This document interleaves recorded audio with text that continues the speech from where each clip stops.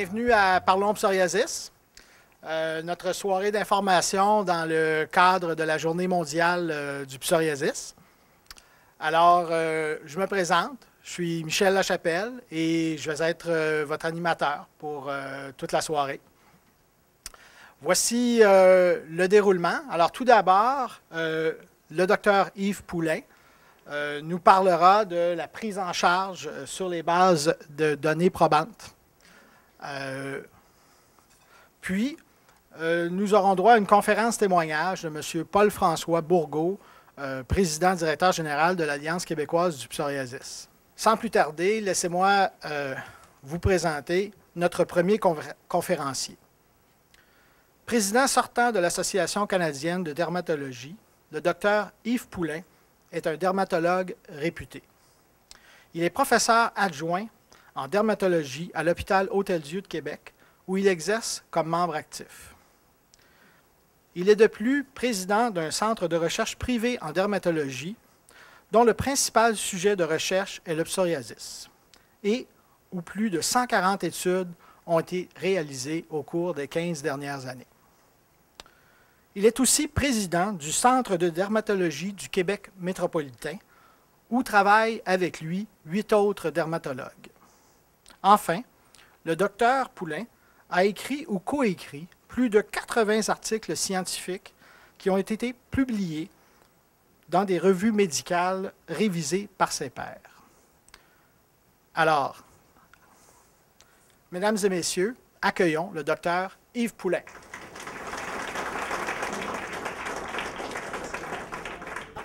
C'est surprenant, tout ce que j'ai fait finalement. Merci d'être venu ce soir. Vous savez, c'est la journée mondiale du psoriasis. Qui savait ça? 3% des gens. C'est quand même particulier. Il y a une journée mondiale du psoriasis quand même depuis plusieurs années. Ça fait au moins 5-6 ans que ça existe. On n'en entend pas parler. On a envoyé des communiqués de presse aux médias. C'est une maladie oubliée, le psoriasis. Hein, c'est comme si ça n'existait pas. C'est une maladie d'esthétique, c'est une maladie qui ne dérange pas trop, qui ne fait pas trop de bruit. Mais je pense qu'il faut en faire du bruit. Puis vous êtes ici pour ça, qu'on puisse s'impliquer puis qu'on puisse faire quelque chose pour aider cette maladie-là, aider de travailler dans cette maladie-là. Comme M. Lachapelle disait, je fais des études cliniques. J'en ai au moins une 140aine en psoriasis de fait depuis une quinzaine d'années. On développe des nouveaux produits, on développe des nouvelles façons de traiter. Il y a plusieurs choses qui peuvent être faites dans le psoriasis. Qu'est-ce qu'on regarde aujourd'hui? Les données probantes, c'est quoi? C'est les données qu'on a actuellement qui sont scientifiquement démontrées pour traiter la maladie qui est le psoriasis, la prendre en charge, s'en occuper, faire quelque chose avec cette maladie-là. J'ai travaillé avec beaucoup de gens. Comme vous voyez ici, la liste est là. On divulgue nos conflits d'intérêts.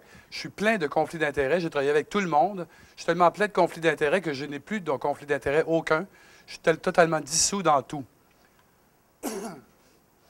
Je vous invite, on a sur le site web de la dermatologie canadienne, de l'Association canadienne de dermatologie, on a ce qu'on appelle les lignes directrices canadiennes pour la prise en charge du psoriasis en plaques.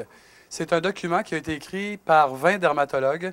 On a révisé toute la littérature des récentes années sur le psoriasis et on a fait des lignes directrices avec les résumés qu'on a obtenus de ça. C'est un document de 116 pages. J'en parle aujourd'hui parce qu'il vient tout juste d'être traduit en français. Ça doit faire à peu près 2-3 mois. J'étais sur le comité de direction. On était 3 personnes là-dessus. Et puis, on a produit ces lignes directrices. Je vous invite d'aller au site web qui s'appelle www.dermatologue.ca. Si vous faites cet hyperlien, comme vous avez ici en haut, www.dermatologue.ca, vous allez au coin en bas à droite et puis vous pouvez télécharger ce document PDF-là qui a, comme je vous disais, 116 pages. C'est un document intéressant pour les médecins, même pour tout le monde, dans le fond. S'il y a un sujet particulier qui vous intéresse, mettons un traitement particulier, vous entrez en haut de ce fichier PDF-là le nom du sujet que vous voulez entendre discuter, puis ça arrive directement à la page dans le document où on en parle. Donc, ligne directrice canadienne sur le psoriasis, récemment publiée. Ensuite, il y a aussi le site web de l'AQP qui est fort bien monté. Paul-François Bourgault travaille dessus depuis des mois et des mois et des mois. L'adresse, c'est psoriasisquebec.org, si je ne me trompe, M. Bourgault. psoriasisquebec.org. Puis vous avez tout là, il y a plein de choses, il y a plein de montages. C'est Paul François qui travaille là-dessus de façon intense depuis longtemps, puis c'est vraiment bien fait. Je n'ai pas vu le site au complet encore. Ça va me faire plaisir d'y aller ce soir. Donc, psoriasisquebec.org. Et puis, vous allez avoir de l'information sur la psoriasis. Ce soir, les objectifs, d'abord, c'est de classifier le psoriasis. Puis, qu'est-ce qui le distingue des autres maladies cutanées, papulosquameuses, choisir le traitement qui soit le plus approprié, et puis connaître une chose que vous allez voir, là, les comorbidités qui sont associées au psoriasis. Qu'est-ce que c'est les comorbidités? Ce sont les choses qui arrivent dans le contexte de gens qui ont un psoriasis en général plutôt sévère. Le psoriasis, on le dit léger, modéré, sévère, pas selon le poids de la personne, là, mais léger quand il touche moins de 3 du corps, modéré 3 à 10 sévère 10 et plus. Ce qu'on parle quand on parle de comorbidité, c'est surtout pour les psoriasis sévères. Puis on va voir qu'est-ce que ça peut signifier. Donc, qu'est-ce que le psoriasis? Je vais vous parler rapidement de la physiopathologie du psoriasis. C'est quoi la mécanique qui se passe dans la peau, puis pas dans la peau, dans le système immunitaire. C'est une maladie immunitaire, le psoriasis. Qu'est-ce qui se passe là-dedans, dans cette curieuse maladie? Donc, les comorbidités par la suite. La qualité de vie et le psoriasis. Le psoriasis, c'est quoi l'importance de cette maladie-là? C'est ce que ça fait sur quoi? Sur votre qualité de vie. Ça ne vous empêche pas d'aller travailler, ça ne vous empêche pas de fonctionner, ça ne vous empêche pas de rien, mais ça change votre qualité de vie. On a un questionnaire qu'on appelle le DLQI, là, Dermatology Life Quality Index, un questionnaire sur la qualité de vie des gens qui font du psoriasis. Dans ce questionnaire-là, où il y a 10 questions, quand on a le nombre maximal qu'on peut obtenir, c'est 30. Puis les gens qui font un psoriasis modéré à sévère, en général, vont chiffrer dans les 10 en montant. À ce moment-là, on parle de psoriasis sévère. Tout à l'heure, je vais parler de surface corporelle. C'est bien beau, mais on peut en avoir 3 et être vraiment très touché par le psoriasis. Si vous en avez au visage, si vous en avez au dos des mains, si vous en avez aux organes génitaux, si vous en avez en dessous des pieds, c'est des endroits où votre qualité de vie va être affectée, puis vous n'aurez peut-être pas le 10 dont on parlait pour parler de maladies sévères. Donc, on a un questionnaire important, le DLQI. Est-ce que certains d'entre vous l'avez complété, ce questionnaire-là? C'est une chose dont on se sert beaucoup pour pouvoir nous guider. Si la maladie dérange plus ou moins la personne, bien, pourquoi on va forcer pour traiter? C'est en vérifiant justement le questionnaire de DLQI qu'on va le voir. Il y a différents types de psoriasis. On va les regarder rapidement pour vous. On va regarder aussi les caractéristiques cliniques du psoriasis, de quoi ça a l'air le psoriasis. Il y a ici des gens qui en font du psoriasis. Il y a des conjoints de gens qui en font du psoriasis. On va en parler un petit peu dans ce sens-là, plus général. Et puis ensuite, la prise en charge du psoriasis. J'ai mis ça relativement petit, mais on pourra élaborer comme vous voulez dans la période des questions parce qu'il y a beaucoup de choses qui peuvent être faites maintenant dans cette maladie-là. Donc, on continue. Qu'est-ce que le psoriasis? C'est quoi? C'est une maladie inflammatoire. Ce n'est pas une maladie strictement, uniquement à la peau. C'est une maladie immunitaire. C'est le système immunitaire qui a un problème de compréhension sur les agressions à la peau. Autant les hommes que les femmes sont touchés, ça arrive à tout âge. On voit des bébés avec du psoriasis aux couches. On voit des personnes qui nous arrivent à 82 ans pour la première fois de leur vie avec du psoriasis au coude, aux genoux, comme vous connaissez. À tout âge, ça peut survenir. Il n'y a pas d'âge où il n'y en a pas du tout. Il y a 2 pics de début de la maladie. C'est à peu près vers l'âge de 20-25 ans pour un premier pic, puis un deuxième dans la cinquantaine, où ça apparaît le plus souvent, là. C'est dans ces périodes-là. Fin de l'adolescence, puis début de la cinquantaine. Il y a beaucoup de gens qui en font du psoriasis. Quand on se promène aux endroits publics, quand on va, par exemple, je ne sais pas, sur la plage Jacques-Cartier, quand on va dans le sud, on va sur une plage, on n'en voit pas du psoriasis. Il n'y a personne qui fait cette maladie-là. Je ne sais pas ce que vous avez, mais personne n'a ça. Les gens qui font du psoriasis, ils se cachent. Hein, ils portent des manches longues, on ne les voit pas sur les plages.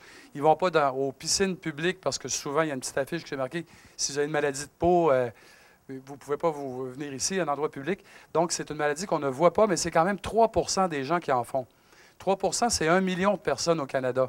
C'est beaucoup. La province de Québec a combien de millions? 7-8 millions? C'est quand même 1/7 de la population du Québec, en exemple, qu'il y en aurait. Où on voit du psoriasis, on en voit partout sur le corps. Au cuir chevelu, c'est ultra courant. C'est 80 des gens qui en font. Aux mains, aux pieds, qui est quand même une classe assez spéciale, désagréable, c'est près de 20 c'est 17 Aux ongles, hein, du psoriasis des ongles, encore là, ça peut être incommodant pour le point de vue de travail, pour toutes sortes de choses. Un bon 50 des gens en font. Puis dans les les aines, les aisselles, en dessous des seins, tous les plis, il y a à peu près 7 des gens qui en font. 7 qui est écrit là, mais je ne le crois pas, c'est beaucoup plus que ça dans mon expérience personnelle. Qu'est-ce qui se passe dans le psoriasis? Ça ici, c'est la physiopathologie du psoriasis. Vous voyez la peau ici, hein? Belle petite peau normale, épaisseur normale. Puis là, ici, il y a une plaque de psoriasis qui apparaît, une peau qui est super épaisse. Qu'est-ce qui s'est passé dans tout ça? D'abord, pour faire du psoriasis, il faut avoir une prédisposition génétique, à moins que vous soyez des mutants. Il y a des gens qui vont être le premier de la famille à en faire dans une lignée, mais le plus souvent, il y a une génétique à faire du psoriasis. Quand on gratouille le passé, là, il y a un mononcle, il y a une tante, il y a un grand-parent qui en a fait du psoriasis, ou encore on regarde les enfants puis les petits-enfants qui en ont du psoriasis. Il y a plusieurs gènes associés au psoriasis. Le principal, c'est le HLA-CW6. Il y en a au moins 6 principaux gènes. Mais, comme je vous dis, vous pouvez être le premier d'avoir ce type de représentation-là de la maladie. Souvent, on entend, ben moi, mon père faisait de l'eczéma. Il a toujours fait de l'eczéma aux mains, c'était écœurant. Ils ont eu comme un diagnostic d'eczéma, mais en fait, c'était du psoriasis. Donc, qu'est-ce qui se passe? Prédisposition génétique, déclencheur. Déclencheur classique, je ne sais pas si ça vous est arrivé, infection de gorge, mal de gorge à l'adolescence, classique, streptocoque dans la gorge, poussée de psoriasis qui arrive en gouttes de façon violente. Donc, un déclencheur, d'autres vont dire, c'est mon divorce, mon accident d'auto, mon ci, mon ça. Ça peut être aussi un stress psychologique, mais ça peut être aussi un stress physique. Par exemple, on va avoir des plaques au coude, aux genoux, aux places où ça frotte. Déclencheur physique, friction. Déclencheur infectieux, comme je vous ai dit, il y a plusieurs types de déclencheurs qui vont nous mener à la relâche dans la peau de ce qu'on appelle des chimiokines. C'est des substances qui vont donner des messages aux autres cellules. Ce message-là va être transporté au niveau des cellules T qu'on appelle, vont communiquer entre elles, les cellules. Il y en a de la peau qui arrivent directement de la peau, qu'on appelle les cellules dendritiques, s'en vont au niveau des ganglions lymphatiques, vont donner l'information qu'il y a une agression à la peau, vont faire que des lymphocytes... Je vais vous parler de... Vous allez dire, je ne comprends rien de ce qu'il dit, là, mais je veux juste vous dire comment ça se passe, puis comment... Puis dans le fond, ce serait peut-être bien que vous le sachiez comme il faut, parce que tout ce que je vais vous dire là, on a des façons de bloquer ce mécanisme-là du point de vue thérapeutique. Donc, on a des lymphocytes T qui reçoivent le message d'une agression au niveau d'épiderme. L'agression aussi, elle a peut-être eu lieu il y a 3 millions d'années. C'était peut-être bien pratique de faire du psoriasis il y a 3 millions d'années quand il y avait plein de parasites et de bobites. Mais aujourd'hui, c'est comme un réflexe dont on n'a plus besoin, qui existe là dans la phylogénie de l'humain. Donc, les lymphocytes, les cellules dendritiques vont informer les lymphocytes T qui vont garder l'information pour le futur. On appelle ça devenir clonés. Ils vont faire des clones. Il y en a 2 principaux. Bon, je vais vous les dire, le TH1 et TH17, qui sont guidés par des interleukines 12 et 23. Pourquoi je vous parle ça? Parce qu'on a un bloqueur d'interleukines 12 et 23 maintenant. Il y a des chimiokines, des cytokines dont je vous parlais. Une principale, c'est le TNF. Vous savez qu'on a des anti-TNF maintenant qui vont bloquer ce genre d'interaction-là. Donc, des cellules T qui se multiplient, qui s'en vont informer les kératinocytes, qui s'en vont dire aux cellules de la peau, « Wow, une minute, là, il y a quelque chose qui nous agresse, il faut se multiplier, il faut proliférer. » Ce qui arrive, c'est ça, les cytokines avertissent les kératinocytes d'une alerte. On relâche encore plus de cellules inflammatoires. Il y a une migration des globules blancs des vaisseaux sanguins vers la peau. On a la formation de plaques. Puis là, vous voyez ce rond-là, c'est une espèce de cercle vicieux, comme une roue d'un hamster qui tourne de multiplication des cellules. Plus de vaisseaux sanguins, angiogénèse qu'on appelle, qui est augmentée. Lymphocytes T qui infiltrent le derme puis qui s'en vont vers l'épiderme, prolifération des kératinocytes de façon incontrôlée.